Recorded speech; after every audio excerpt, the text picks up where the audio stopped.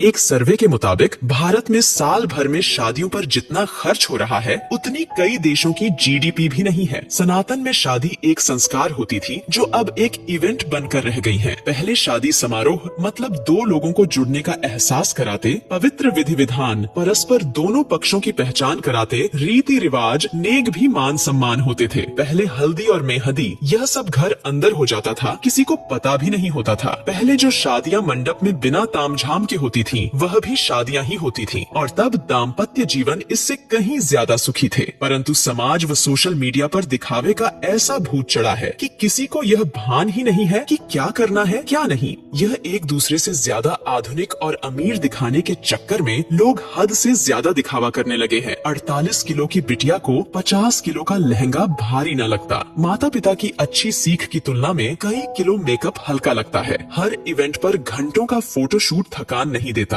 पर शादी की रस्म शुरू होते ही पंडित जी जल्दी करिए, कितना लंबा पूजा पाठ है, कितनी थकान वाला सिस्टम है, कहते हुए शर्म भी न आती। वाकई अब की शादियां हैरान कर देने वाली हैं। मजे की बात ये है कि ये एक सामाजिक बाध्यता बनती जा रही है। उत्तर भारत में शादियों में फिजूल खर्ची धीरे धीरे चरम पर पहुंच रही है। पहले मंडप में शादी वरमाला सब हो जाता था, फिर अलग से स्टेज का खर्च बढ़ा। अब हल्दी और मेहंदी में भी स्टेज खर्च बढ़ गया है। Pre wedding photoshoot, destination wedding, reception, अब तो सगाई का भी एक भव्य स्टेज तैयार होने लगा है। टीवी सीरियल देख देख कर सब शौक चढ़े हैं। पहले बच्चे हल्दी में पुराने कपड़े पहनकर बैठ जाते थे, अब तो हल्दी के कपड़े 5-10 हजार के आते हैं। Pre wedding shoot, first copy designer lehenga, हल्दी मेहंदी के लिए थीम पार्टी, लेडीज संगीत पार्टी, बैचलर्स पार्टी, ये सब तो लड़की वाला नाक ऊंची करने के लिए करवाता है। यदि लड़की का पिता खर्च में कमी करता है तो उसकी बेटी कहती है कि शादी एक बार ही होगी, और यही हाल लड़के वालों का भी है। मजे की बात यह है कि स्वयं बेटा बेटी ही इतना फिल्मी तामझाम चाहते हैं। चाहे वो बात प्री वेडिंग शूट की हो या महिला संगीत की, कहीं कोई नियंत्रण नहीं है। लड़की का भविष्य सुरक्षित करने के बजाय पैसा पानी की तरह बहाते हैं। अब तो लड़का लड़की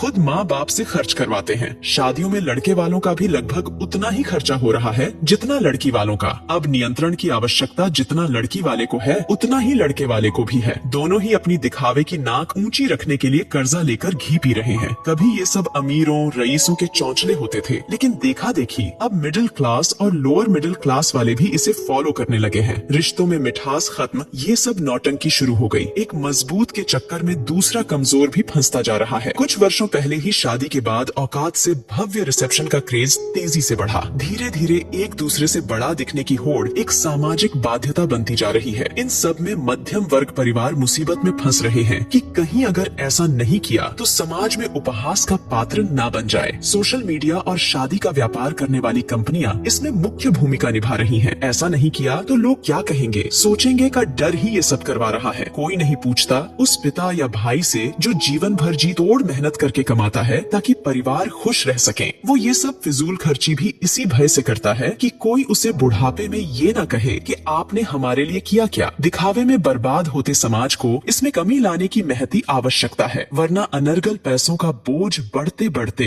वैदिक वैवाहिक संस्कारों को समाप्त कर देगा।